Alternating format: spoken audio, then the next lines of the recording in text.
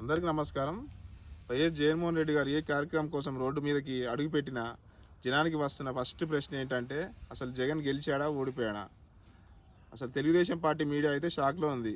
ఇంత జనం చూసి కేవలం 11 సీట్లకి పరిమితం అయిపోయిన వ్యక్తి 1.5 సంవత్సరం కాకుండానే జనంలోకి వస్తే ఇంత జనం ఎందుకు వస్తున్నారు అని చెప్పి టీడీపీ వాళ్ళు ఒక అనుమానం వ్యక్తం చేస్తున్నారు.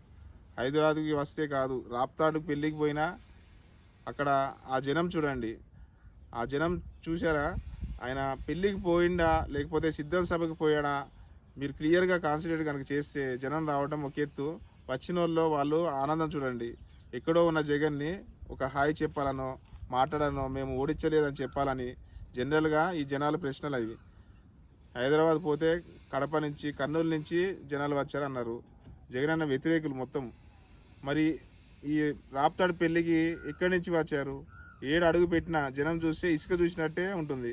జగన్కి వచ్చిన జనం చూసి జీర్ణించుకోలేక జగన్ అన్న వ్యతిరేకులు అందరూ కూడా డైజెస్ట్ అవ్వక ఏదో కారణాలు చెప్పుకొని వాళ్ళు బతుకుతూ ఉన్నారు.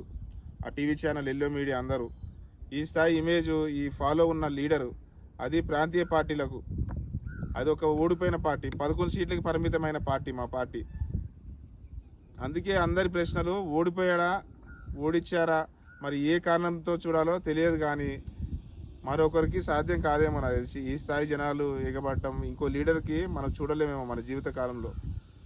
ఈ మధ్యకాలంలో అయితే అసలు అట్లాంటి లీడరే మనం ఇక్కడ చూడలేదు అనుకోవచ్చు. Thank you. ఇట్లా మీ పి కోటేశ్వరరావు, కందుకూరు నియోజకవర్గం.